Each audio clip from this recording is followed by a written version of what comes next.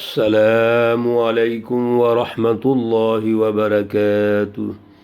اعوذ باللہ من الشیطان الرجیم۔ بسم اللہ الرحمن الرحیم۔ ألم يجدك يتيما فآوى ووجدك ضالا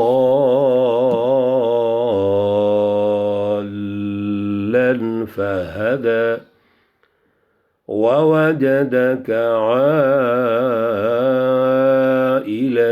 فأغنى فأما اليتيم فلا تقهر وأما السائل فلا تنهر وأما بنعمة ربك فحدث۔ صدق اللہ العلی العظیم۔ اللہم صلی علی سیدنا ومولانا محمد النبی الأمی وعلى آلہ واصحابہ وبارک وسلم وصلی علیہ۔ معزز سامعین و سامعات، پارہ نمبر 30 سورۃ الضحیٰ، آیات مقدسہ 6 تا 11 ہیں۔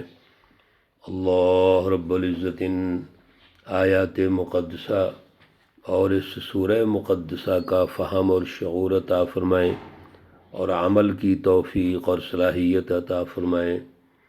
میرے عزیزو، گزشتہ درس میں اللہ رب العزت نے 2 قسمیں اٹھائیں۔ الضحیٰ کی وضاحت ہو چکی ہے اور اللیل اذا سجا کی اس کی بھی وضاحت ہو گئی۔ تو پھر جواب قسم ہے ما ودعک ربک وما قلی۔ مشرکین مکہ کی طرف سے جو طعن و تشنیع، جو الزامات رسول اللہ صلی اللہ علیہ وسلم پر مختلف اوقات میں لگائے گئے، اللہ رب العزت نے خود جواب دیا۔ پہلی سورہ مقدسہ سورۃ العلق نازل ہوتی ہے، پھر سورۃ القلم نازل ہوئی، نون والقلم وما یسطرون۔ ان صورتوں میں اللہ رب العزت نے مکمل رہنمائی رسول اللہ صلی اللہ علیہ وسلم کو دے دی ہے، اور اس دوران کچھ وقفے آتے رہے وہی کہ ایک بڑا لمبا وقفہ آغاز میں آیا تو مشرکین نے پراپیگنڈا شروع کر دیا۔ رسول اللہ صلی اللہ علیہ وسلم کا جواب اللہ نے خود ارشاد فرما دیا، اور اس جواب میں ایک اہم بات یہ ارشاد فرمائی کہ وَلَلْآخِرَةُ خَيْرٌ لَكَ مِنَ الْأُولَى، کہ آپ کو باقاعدہ ہم مراحل عطا فرمائیں گے اور آپ کو راضی کریں گے۔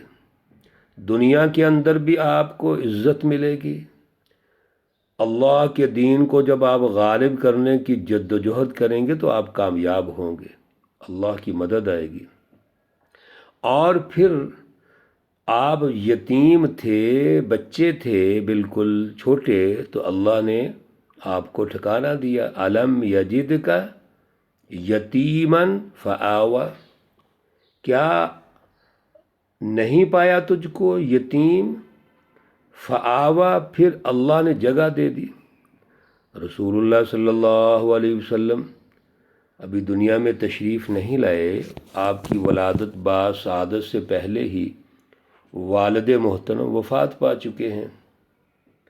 6 سال کی عمر ہے تو والدہ صاحبہ دنیا سے چلی گئیں، اور آپ کو اللہ نے جگہ دی۔ پہلے والدہ نے سنبھالا، پھر ساتھ ہی آپ کے دادا عبد المطلب نے سنبھال لیا۔ یہ کوئی آپ کے سنبھالنے کے مراحل ہو گئے۔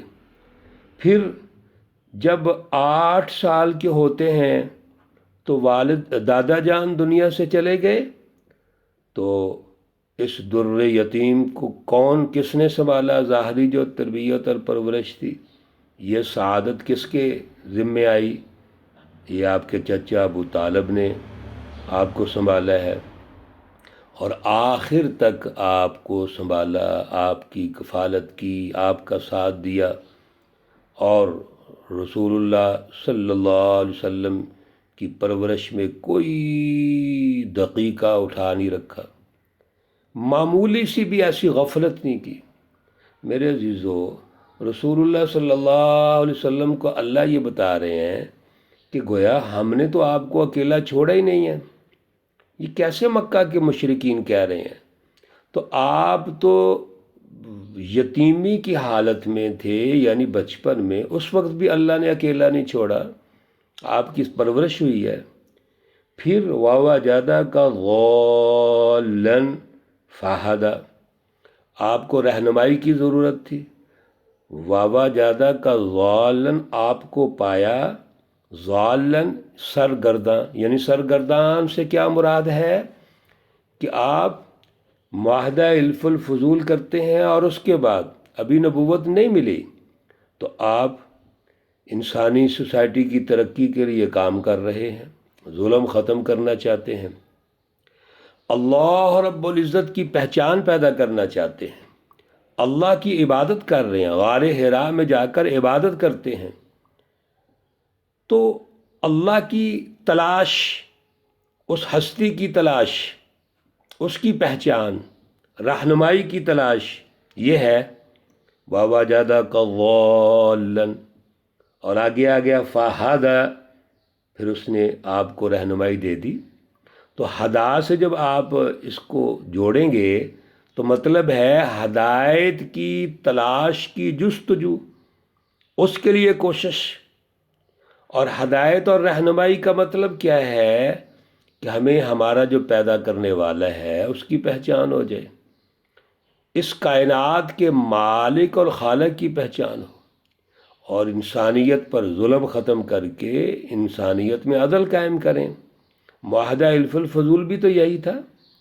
رسول اللہ صلی اللہ علیہ وسلم کو اللہ نے ہدایت دے دی، رہنمائی دے دی، اور پھر رہنمائی بھی ایسی دی کہ تمام کتب کا خلاصہ، تمام صحائف، صحف ابراہیم و موسیٰ، اس کا نچوڑ وہ کلام مقدس قرآن پاک کی شکل میں دے دیا۔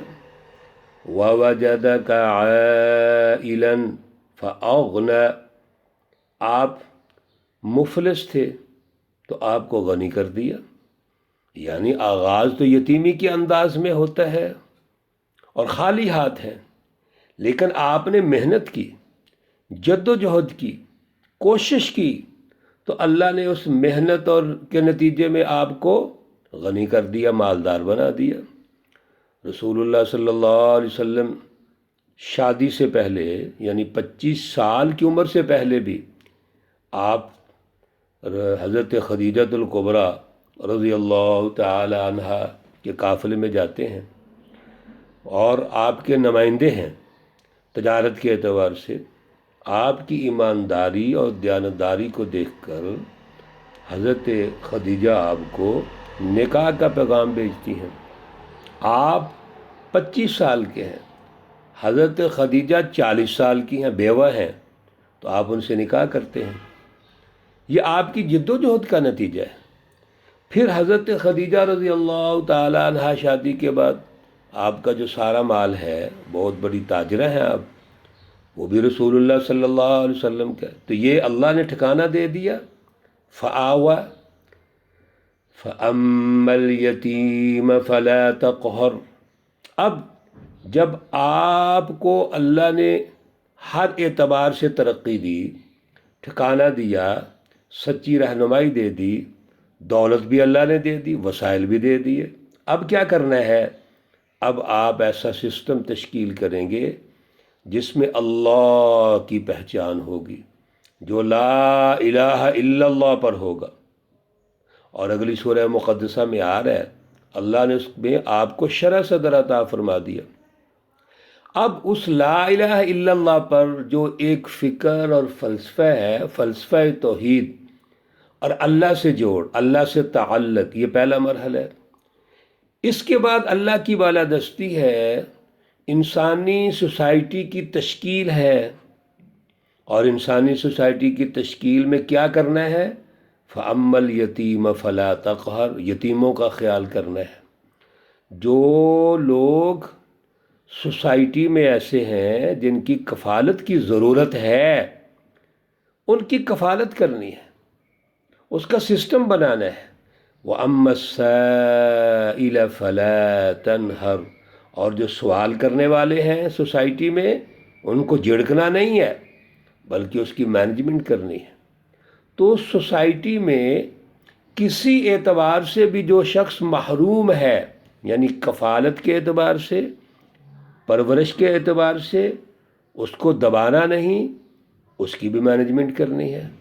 اور جو سوسائٹی میں سوال کرنے والے ہیں کسی اعتبار سے بھی، ان کو بھی جھڑکنا نہیں ہے، ان کی بھی آپ نے کفالت کر لی ہے۔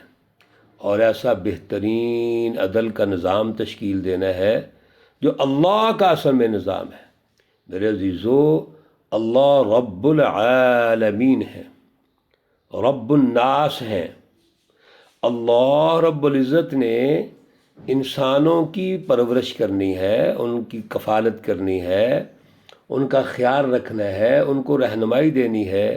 یہ کام اللہ رب العزت رسول اللہ صلی اللہ علیہ وسلم سے لے رہے ہیں، اور رسول صلی اللہ علیہ وسلم انسانی سوسائٹی کی تشکیل ایسے ہی کرتے ہیں، ان کے مراحل بناتے ہیں، منصوبہ بندی کرتے ہیں، اور ان مراحل میں جد و جہد کرتے ہیں، اللہ ان کو کامیاب کرتے ہیں۔ وَأَمَّا بِنِعْمَةِ رَبِّكَ فَحَدِّثْ، اور یہ جو اللہ نے رہنمائی دے دی ہے، احسان، بِنِعْمَةِ رَبِّكَ، آپ کے رب کا جو احسان ہے، فحدث، اس کو بیان کرو۔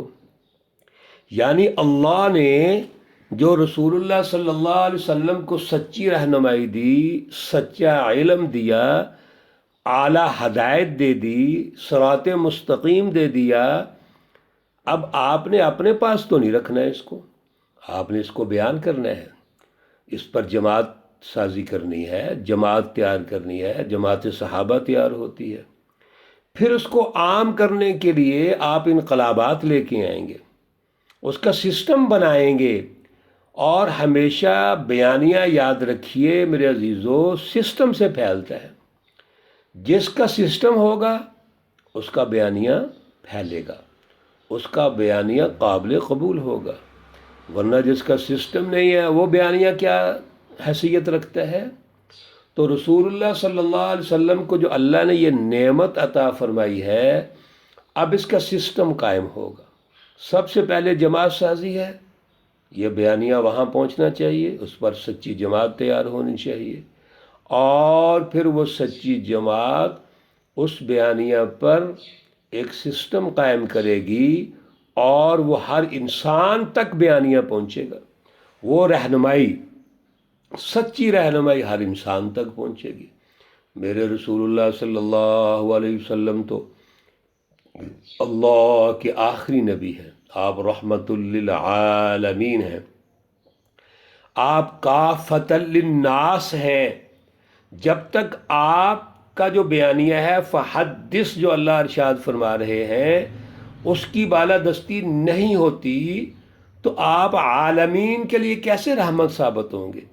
آپ رحمت ثابت ہوئے عالمین کے لیے کیسے؟ بین الاقوامی انقلابات کے ذریعے سے۔ آپ نے کیسر و کسریٰ کے نظاموں کو توڑا، پوری دنیا پر عدل کا نظام غالب کر دیا۔ صحابہ کرام کے دور میں پوری دنیا پر عدل کا نظام غالب ہوتا ہے، صحابہ حضور کے جانشین ہیں۔ میرے عزیزو، یہ مراحل اللہ نے حضور کو عطا کیے، اس لیے آپ کا مرتبہ بہت اونچا ہے۔ اللہ سے تعلق، اور اللہ سے تعلق کے نتیجے میں جد و جہد، اللہ کے دین کو غالب کرنا، اس کی بالادستی کرنا، اور اللہ کی مخلوق کو اللہ سے جوڑنا۔ اللہ ہمیں توفیق عطا فرمائے۔ اللہ رب العزت تمام بیماروں کو شفائے کاملہ عاجلہ مستمرہ عطا فرمائیں۔ اللہ رب العزت تمام مرحومین و مرحومات کو جنت الفردوس میں اعلیٰ مقام عطا فرمائیں۔ رمضان المبارک کا بڑا ہی محترم معزز محتشم مہینہ ہے، اس کی قدر کرنے کی توفیق عطا فرمائیں، اور تزکیہ نفس جو پہلے بھی ذکر کرتے رہے ہیں، تزکیہ قلب، اللہ ہمیں یہ توفیق اور صلاحیت عطا فرمائیں۔ ربنا تقبل منا انك انت السميع العليم وتب علينا انك انت التواب الرحيم، وصلى الله تعالى على النبي الأمي محمد وعلى آله وأصحابه أجمعين برحمتك يا أرحم الراحمين۔ السلام عليكم ورحمة الله وبركاته۔